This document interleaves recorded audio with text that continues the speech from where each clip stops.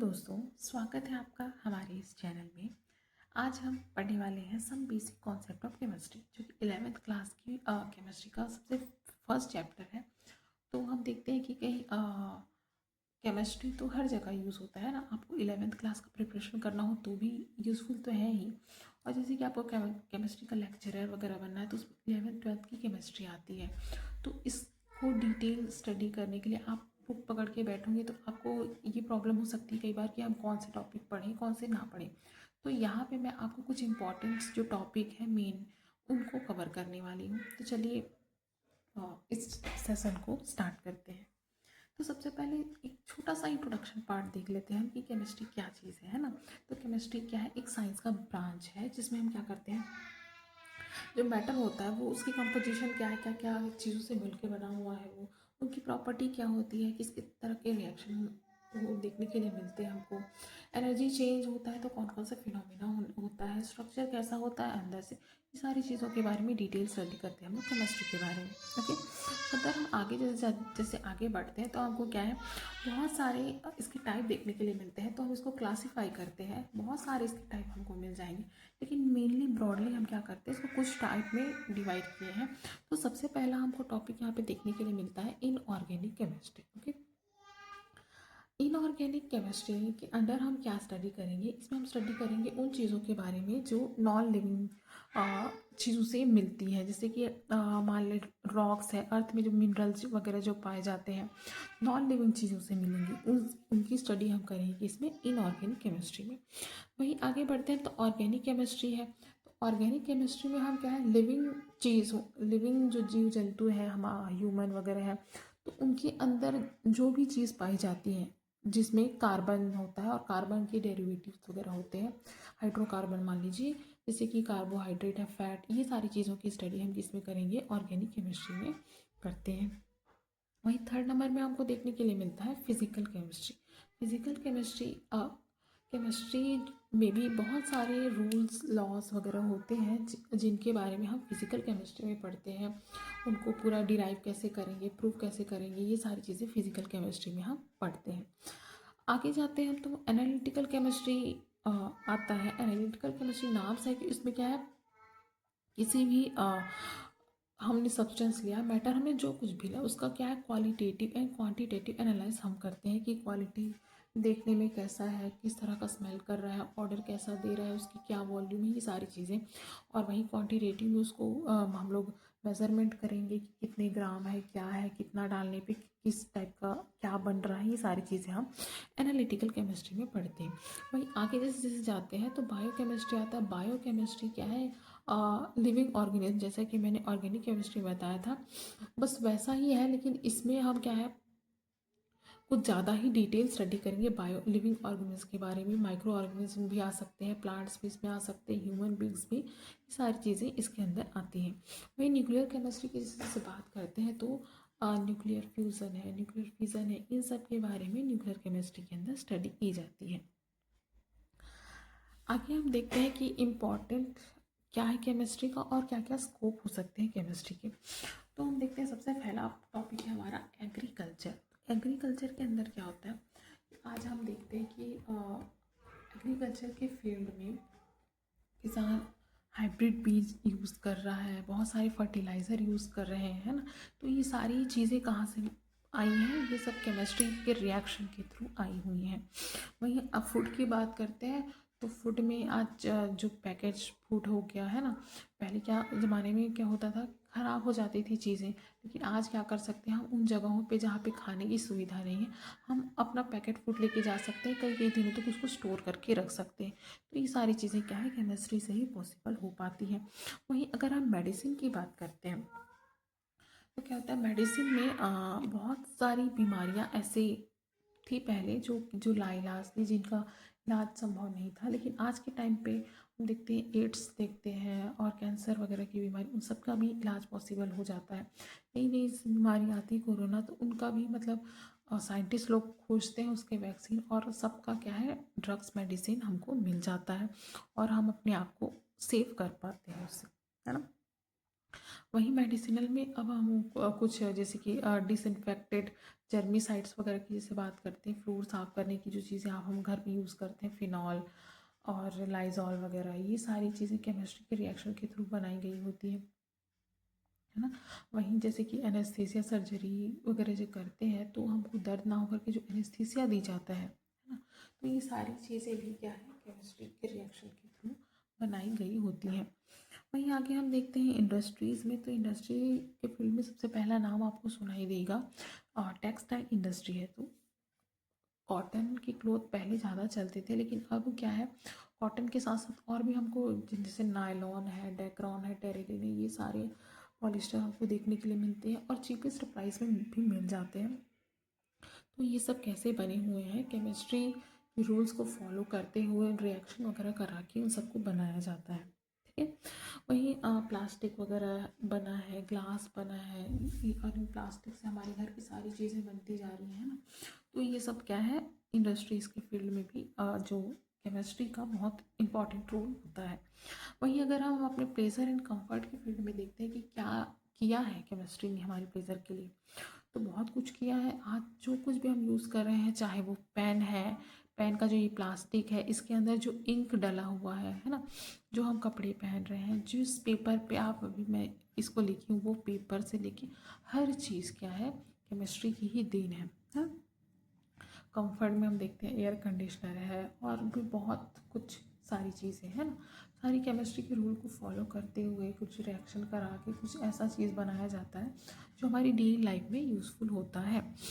वहीं nuclear chemistry में हम देखते हैं कि न्यूक्लियर केमिस्ट्री में छोटी छोटी एटम्स को मिला के एक बड़ा एटम पॉलीमर बनाया जा रहा है, एटॉमिक बॉम्ब बनाए जा रहे हैं। तो ये सारी क्या है, इम्पॉर्टेंस एंड स्कोप है केमिस्ट्री की। अब इम्पॉर्टेंस आपने तो देख लिए, तो आपको पता होगा हर चीज़ का एक डिसएडवांटेजेस भी होता है ना। तो डिसएडवांटेजेस आपको तो पता ही है न्यूक्लियर केमिस्ट्री का क्या हो सकता है। ये एटम बम कोई अच्छी चीज़ तो है नहीं, है ना, लड़ाई में वेपन्स की तरह यूज़ हो रहा है, लोगों को डराने धमकाने के लिए यूज़ हो रहा है। खासकर अभी जिस तरह का माहौल चल रहा है पूरे देश में, पूरे विश्व में कह सकते हैं कि ये एक बहुत बड़ा डेंजर बन चुका है। वहीं अगर हम एक्सप्लोसिव्स की बात करते हैं, पटाखे फोड़ रहे हैं दिवाली होली में, ठीक है, लेकिन कई बार ये जो एक्सप्लोसिव्स ज़्यादा खतरनाक होते हैं, कहीं आग लग जाती है, कहीं पे किसी का हाथ जल जाता है, या फिर और बहुत बड़े खतरे के रूप में भी ये देखने के लिए मिलते हैं। कहीं वॉर हो रहा है तो वहाँ पे उसको यूज़ कर रहे हैं, है ना। नारकोटिक्स के फील्ड में जैसे कि कोकीन है, ब्राउन शुगर है, एलएसडी है, ये सारे नारकोटिक्स हैं जो हमारी सोसाइटी के लिए, बच्चों के लिए जो परिवार फैमिली है, अगर उनको इसकी लत लग जाती तो बहुत इसका गहरा प्रभाव पड़ता है।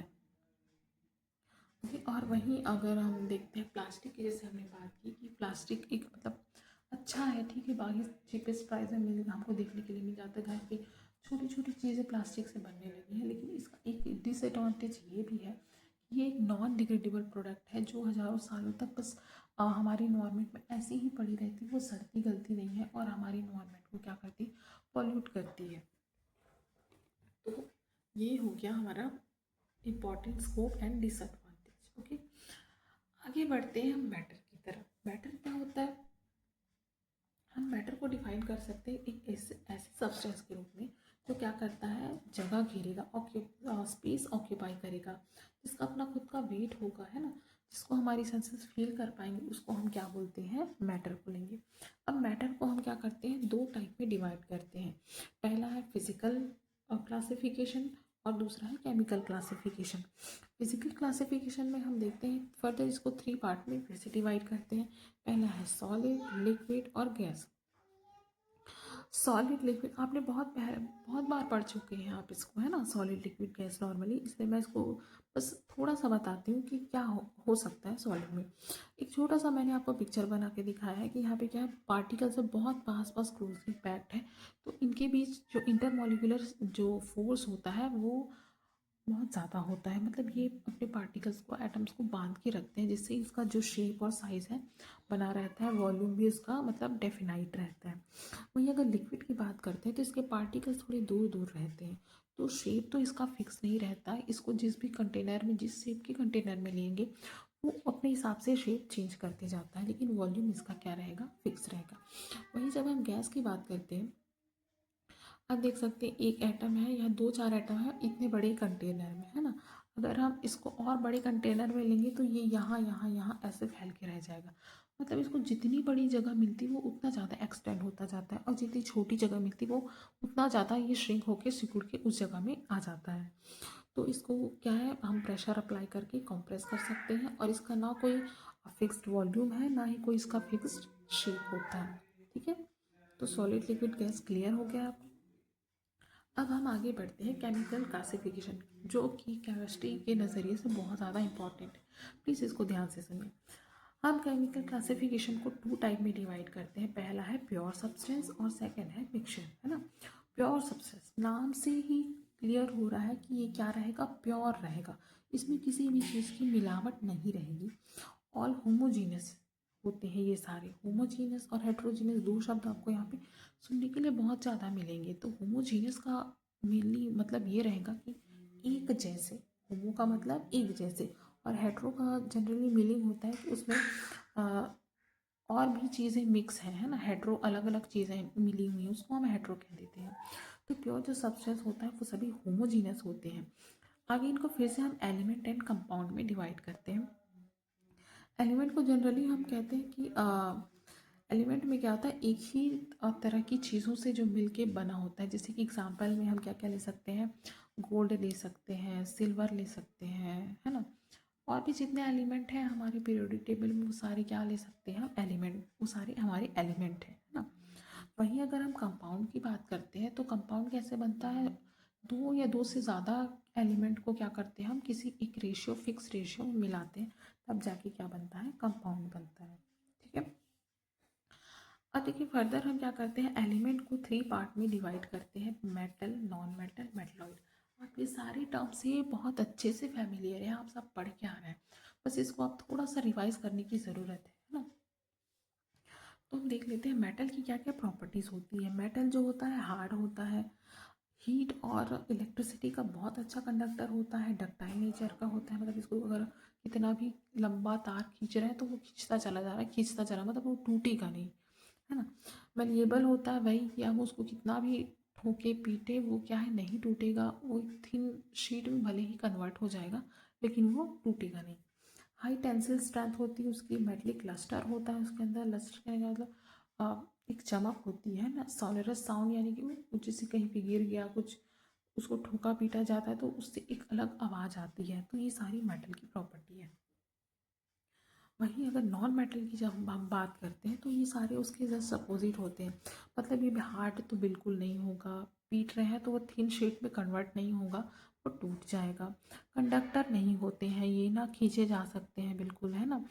उसमें कोई भी स्ट्रेंथ नहीं होती है, ना कोई उसमें चमक लस्टर वगैरह कुछ नहीं होता है। वहीं अगर हम मेटलॉइड्स की बात करते हैं तो मेटल और नॉन मेटल दोनों की प्रॉपर्टी को अगर कंबाइन कर दिया जाए, कुछ इसमें से ले लिया जाए कुछ इसमें से ले जाए, तब जाके बनता है मेटलॉइड, है ना। वहीं अगर हम इसके एक्सेप्शनल, अब आपको ये चीज़ अपने दिमाग में बैठा के रखनी है कि हर केमिस्ट्री में हर चीज़ का कुछ ना कुछ एक्सेप्शन होगा, है ना।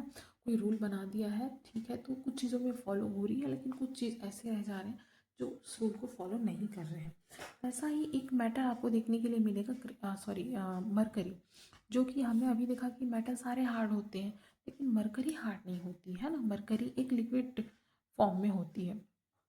वहीं नॉन मेटल की चीज़ से बात करें, हमने अभी देखा कि नॉन मेटल की जो प्रॉपर्टी मेटल से अपोजिट होंगी।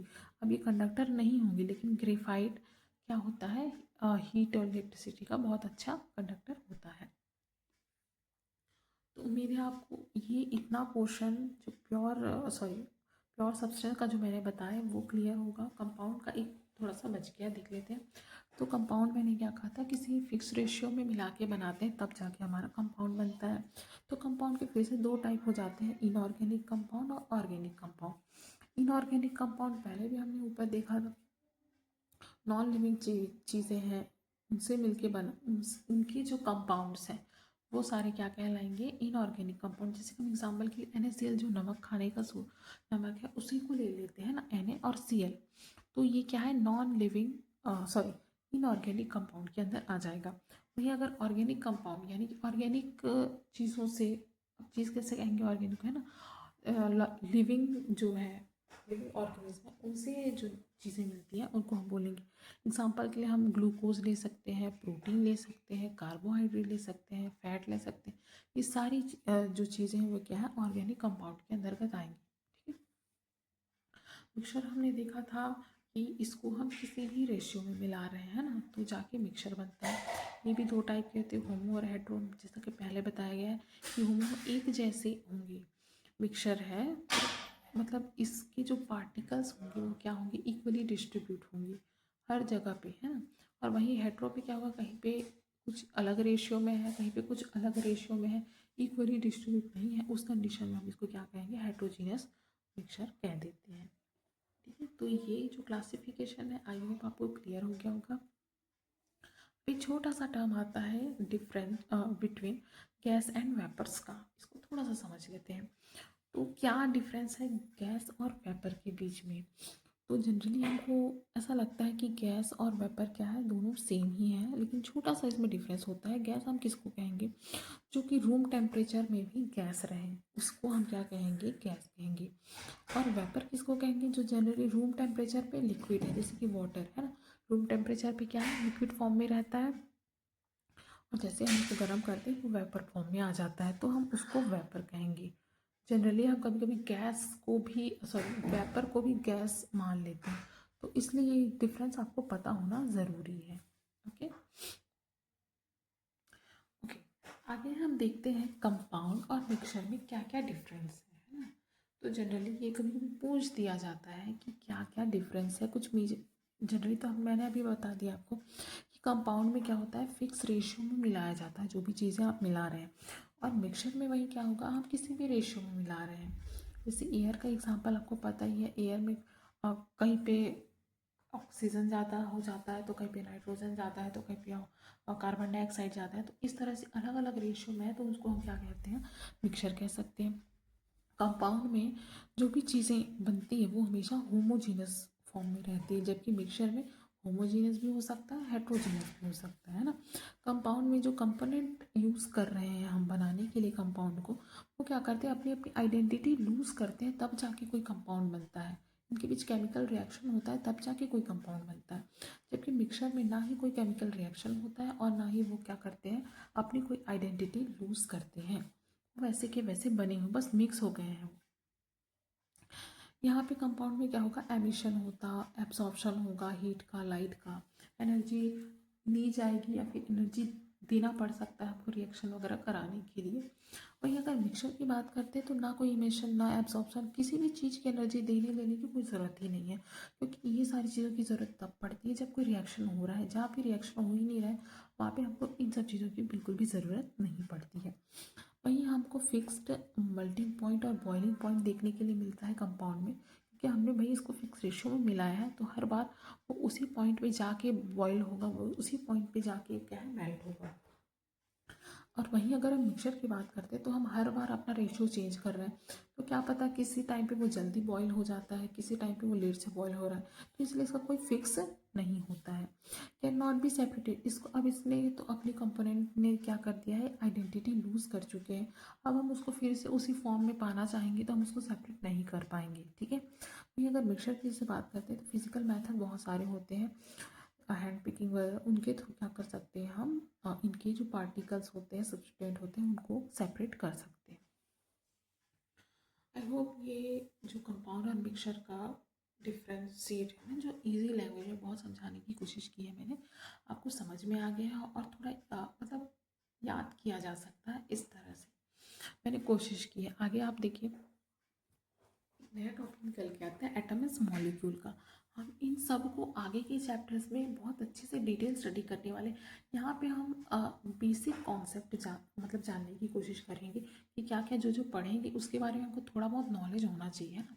तो यहाँ पे एटम और मॉलिक्यूल के बारे में बताया गया है। जनरली कभी कभी देखने में या सुनने में छोटी क्लासेज जैसे पढ़ के आए रहते हैं तो हमको लगता है ये थोड़ा सेम सेम, या फिर इनके भी डिफरेंस पता नहीं चल पाता है ना। तो देखिए एटम क्या होता है, स्मॉलेस्ट पार्ट होता है किसी भी एलिमेंट का। एलिमेंट हमने क्या कहा, तो पीरियोडिक टेबल में जितने भी एलिमेंट है उनको हम एलिमेंट कहा है ना, तो उनके अंदर जो सबसे छोटा पार्ट है वो क्या है, एटम है। वही मॉलिक्यूल क्या है, smallest part of the element या कंपाउंड हो सकता है। एलिमेंट और कंपाउंड क्यों बोला गया है आप आगे जाके समझेंगे, क्योंकि मॉलिक्यूल जो है दो टाइप के होते हैं, होमो एटॉमिक होते हैं और हेट्रो एटॉमिक होते हैं, है ना। होमो एटॉमिक में क्या होता है, वो जो एलिमेंट है उसी का ही दो जो है दो रूप में बन जाएगा, जैसे O2 बन गया है, H2 बन गया है। इसमें सिंगल जो एलिमेंट है वही मिलके क्या बना लिए है, मॉलिक्यूल बना लिया है। वहीं अगर हेट्रो एटॉमिक की बात करें तो हेट्रो का मतलब अलग अलग, यहाँ पे एक हाइड्रोजन है और दूसरा क्या है, ऑक्सीजन है। दो अलग अलग एटम मिलके क्या बनाए हैं, मॉलिक्यूल बनाए हैं। ठीक है, समझ में आया। होमो एटॉमिक और हेट्रो एटॉमिक, हेट्रो एटॉमिक में क्या अलग अलग जो एटम है वो मिलके बनाएंगे, जबकि होमो एटॉमिक में सेम जो मॉलिक्यूल है वो मिलके मॉलिक्यूल बनाते हैं। वहीं अगर हम देखते हैं कि एटम क्या है, डू नॉट एग्जिस्ट इंडिपेंडेंटली, मतलब ये इंडिपेंडेंटली एग्जिस्ट नहीं कर सकता, वो ऐसे सिंगल फॉर्म में नहीं रह सकता है। वो जल्दी से क्या कर लेता है, अपना मॉलिक्यूल बना लेता है। वो नॉर्मली कहीं भी एग्जिस्ट नहीं करेगा, वो जल्दी से क्या करेगा, एक और ओ के साथ जुड़ेगा और O2 बना लेगा। ठीक है, जबकि मॉलिक्यूल जो है एग्जिस्ट करते हैं। वहीं एटम क्या है, तो इसको हम आगे और डिवाइड नहीं किया जा सकता है ना। तो अभी तक आप ये देख लीजिए, आगे आप भले ही देखेंगे इलेक्ट्रॉन प्रोटॉन न्यूट्रॉन जो भी आता है, लेकिन इलेक्ट्रॉन को नॉर्मली और ऐसे उसमें डिवाइड नहीं कर सकते जिसमें क्या कहते हैं, कह सकते हैं कि कोई केमिकल रिएक्शन में पार्टिसिपेट करता हो, है ना। जबकि मॉलिक्यूल को डिवाइड किया जा सकता है। ठीक है, आई थिंक कि आपको मॉलिक्यूल और एटम का ये कॉन्सेप्ट समझ में आया होगा। तो आगे हम चलते हैं प्रॉपर्टी ऑफ मैटर के बारे में। छोटा सा ये नॉलेजेबल चीज़ है जो आपको पता होना ही चाहिए। आप केमिस्ट्री पढ़ रहे हैं तो केमिकल जो प्रॉपर्टी, केमिकल मैटर की केमिकल प्रॉपर्टी क्या होती है, मैटर की फिजिकल प्रॉपर्टी क्या होती है। तो भाई फिजिकल की प्रॉपर्टी के बारे में सबसे पहले देखते हैं। तो किसी भी आपने जो भी सब्सटेंस लिया है उसका कलर क्या है, ऑर्डर कैसे देता है वो, उसकी डेंसिटी क्या है, बॉइलिंग पॉइंट क्या है, मेल्टिंग पॉइंट क्या है, मास क्या है, वॉल्यूम क्या है, ये सारी चीज़ें अगर दी हुई हैं तो हम कह सकते हैं कि ये सारी क्या है, उसकी फिजिकल प्रॉपर्टी है ना।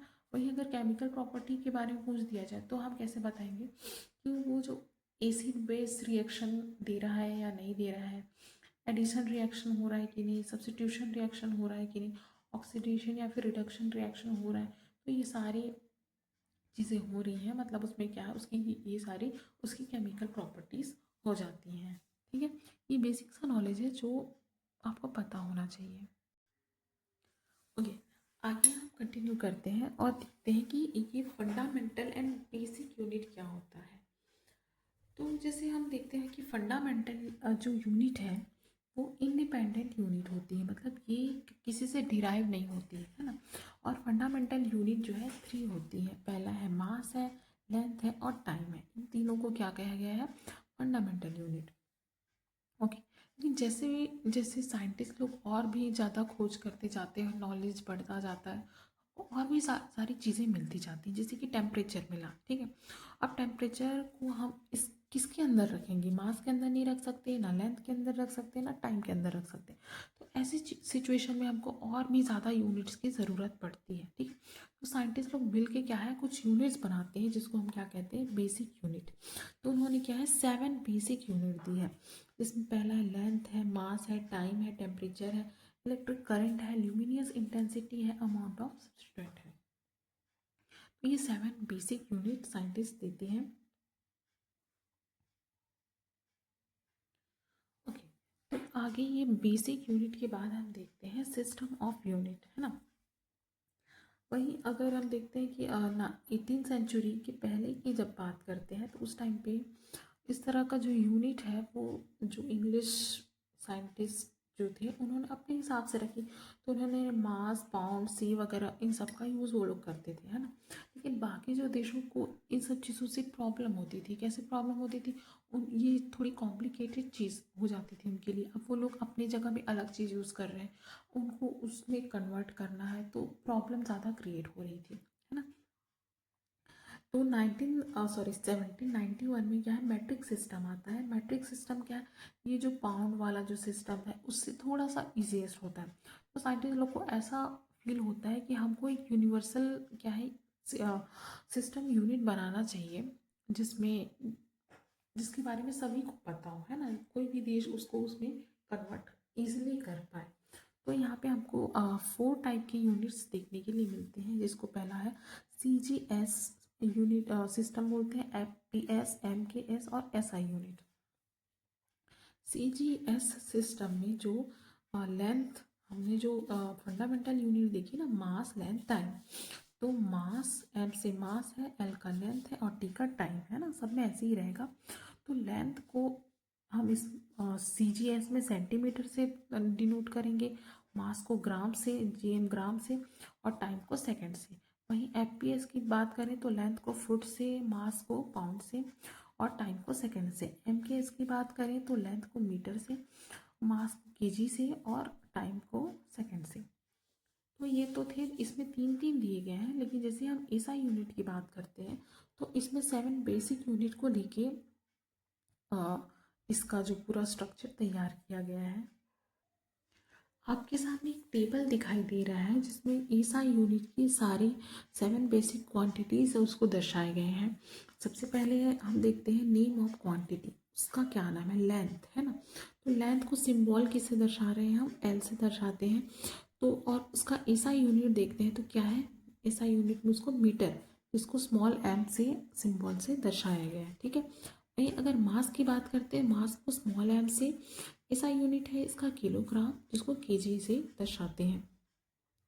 वहीं अगर टाइम की बात करें तो इसको स्मॉल t से इसका सिंबल है, इसका ऐसा यूनिट है सेकंड, जिसको स्मॉल सेल से डिनोट करते हैं, है ना।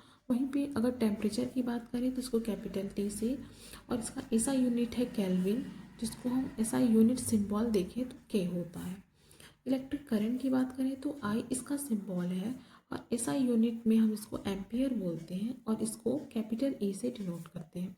ल्यूमिनियस इंटेंसिटी, यानी कि कोई चीज़ जैसे कैंडल वगैरह है, कितना उसकी इंटेंसिटी कितनी वो जल रहा है, उसका सिंबल है IV, जिसको हम कैंडेला कहते हैं, नेम ऑफ ऐसा यूनिट में कैंडेला कहते हैं, और इसका सिंबल है CD। क्वांटिटी ऑफ मैटर, इसको हम N से डिनोट करते हैं, इसका सिंबल है, और ऐसा यूनिट में इसको मोल कहा जाता है और सिंबल है इसका MOL। जी, ठीक है। तो आई होप ये जो 7 आपको क्वांटिटीज़ दी गई हैं वो अच्छे से समझ में आ गई होंगी। एक और छोटा लेकिन इम्पॉर्टेंट कॉन्सेप्ट देखने के लिए मिलता है, मास एंड वेट का। कि मास और वेट हमको लगभग सेम मतलब समझ में आते हैं कभी कभी, तो इन दोनों के बीच क्या डिफरेंस है देखते हैं हम। जो मास होता है वो क्या होता है, amount of matter present in it, जिस भी चीज़ में उस मैटर का कितना अमाउंट है उसको हम क्या कहेंगे, मास कहेंगे। वहीं अगर वेट की बात करते हैं तो the force exerted by gravity on the object, किसी ऑब्जेक्ट में ग्रेविटी का कितना ज़्यादा फोर्स लगा रही है वो उसका वेट कहलाता है ना। मास देखते हैं, मास जो है कांस्टेंट होता है, मैटर उसमें कितना है वही बस इसमें दर्शा रहा है। वही अगर वेट की बात की जाती है तो ये जगह के हिसाब से बदलती रहती है, ये कांस्टेंट नहीं रहती है। जैसे कि एग्जांपल के आप देख सकते हैं, मून में जो ग्रेविटी है ना, वो 1.622 मीटर पर सेकेंड है। वहीं अर्थ में ग्रेविटी की वैल्यू 9.8 मीटर पर सेकेंड है। तो इस तरह से अलग अलग जगहों पे क्या है, हमारे अर्थ में एक जैसी रहेगी, अलग अलग जो प्लैनेट्स हैं उसकी वैल्यू जो है अलग अलग रहती है। वहीं अगर इसका एक फॉर्मूला देख सकते हैं, weight is equal to mass and force of gravity into होता है, ठीक है। आई होप कि आपको ये दोनों के बीच डिफरेंस क्लियर हुआ होगा। मास क्या होता है कि मैटर कितना अमाउंट में प्रेजेंट है उसको मास कहेंगे, वहीं वेट क्या होता है कि ऑब्जेक्ट में ग्रेविटी कितना फोर्स लग रहा है उसको हम क्या कहते हैं, वेट कहते हैं। आगे हम देखते हैं मेजरमेंट टॉपिक को कि आप जैसे केमिस्ट्री में आते हैं तो प्रैक्टिकल वगैरह भी करते हैं, तो कैसे किन किन चीज़ों का मेजरमेंट कैसे कैसे करना है और किन किन मेथड क्या क्या टूल यूज़ होते हैं इसमें हम इसमें देखेंगे। तो सबसे पहले हम देखते हैं मास के बारे में। मास का मेजरमेंट करने के लिए हम नॉर्मली केमिकल बैलेंस, जिसको एनालिटिकल बैलेंस बोला जाता है, आपकी और लैब वगैरह में रखा होगा, आप देख सकते हैं दो तरफे तराजू की तरह रहता था, पहले यूज़ होता था ये, है ना। अभी क्या है, इलेक्ट्रॉनिक बैलेंस या फिर डिजिटल बैलेंस का यूज़ किया जाता है, जिसमें छोटा सा कटोरी टाइप का रहेगा और आप जितनी भी चीज़ लेते रहेंगे वो डिजिटल फॉर्म में लिखाएगा। इसकी जो खासियत ये होती है कि इसमें हम लैब में बहुत माइनर चीज़ें यूज़ करते हैं, बहुत कम क्वांटिटी में यूज़ करते हैं, तो उसको भी ये क्या करता है, मेज़र कर पाता है। इसीलिए हम डिजिटल बैलेंस का यूज़ नॉर्मली प्रैक्टिकल्स वगैरह के लिए करते हैं लैब में। इसका एसआई यूनिट होता है केजी। तो इस तरह से आप देख सकते हैं, पहला वाला ये वाला जो पिक्चर है वो बताता है एनालिटिकल बैलेंस का, जिसमें मैंने बताया था कि दो तराजू की तरह रहता है, पहले यूज़ होता था। अभी जो है इलेक्ट्रॉनिक बैलेंस यूज़ होता है, जिसमें ये आपको ये डिजिटल फॉर्म में दिखाई दे रहे हैं। आप जो भी चीज़ें लेंगे, चाहे वो कितना भी कम क्वांटिटी, 1 ग्राम हो, 1 मिलीग्राम हो, इसमें आप मेज़र कर सकते हैं, ठीक है।